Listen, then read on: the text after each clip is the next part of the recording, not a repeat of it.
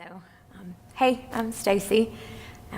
I've got a story I want to share with you. It's my story. Bear with me. I'm not usually the kind of person who can share, their feelings or whatever. I can talk to a lamppost, I think. But when it comes time to share what's going on in my heart, I sort of struggle a little bit. Been married to an amazing man, Tony, for 11 years now. And we've been going to Riverbend most of that time. For the past 9 years, most of you probably have no idea, but Tony and I have been struggling. We've been trying to start a family. And, it's a really personal struggle to go through, so that's, why we didn't really share it with tons of people. It's been rough. I've changed my name to Israel for the number of times that I've wrestled with the Lord over it. I mean, so many different emotions that you feel when you struggle with infertility.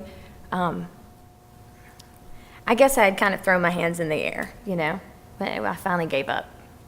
Okay, Lord, after all those times of wrestling with him and questioning whether or not he had my good at heart. I knew that the Bible said that his plans for us were perfect, that he had a plan to prosper us and not to harm us.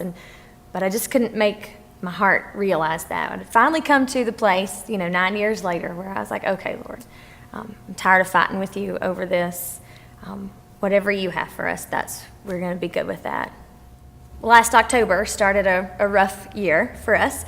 In October, my mom, who, aside from my husband, is my very best friend in the entire world, told us that she had been diagnosed with breast cancer. Follow that in November, she had the surgery for it, and we thought, yay, we're going to be done with this. We'll just do the surgery and we'll be finished. And then we go back to the doctor and he says, well, you need to do chemo too. So in December, we started chemotherapy, and she lost her hair. On Christmas Day, my grandmother, her mom, passed away. In January, her brother, my uncle, passed away. And it was rough. It was rough. We made it through chemo at about April. April's when she was finished with chemo. And we think, okay, finally we're at the end of the struggle, end of the valley. And we go back to the doctor and he's like, well, you really need to do radiation as well. So we start radiation. And my mom goes through that as well. And I tell you, I watched her going through her valley and how strong her faith was through all of that. And it further bolstered me with my struggles in infertility. I'm like, Mom has this amazing faith, and she is trusting the Lord through this valley, and we're going to make it. And in June, she was finally done with radiation, and we were feeling good. She was getting her strength back. And then we get our little surprise, our little miracle.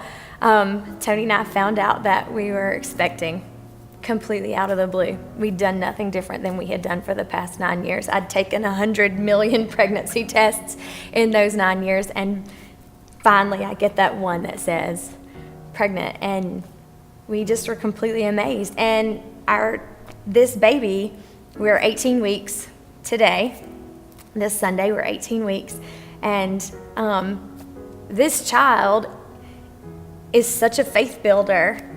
Maddox has not just built Tony and my faith through this, but there were people all along the way who were praying for us.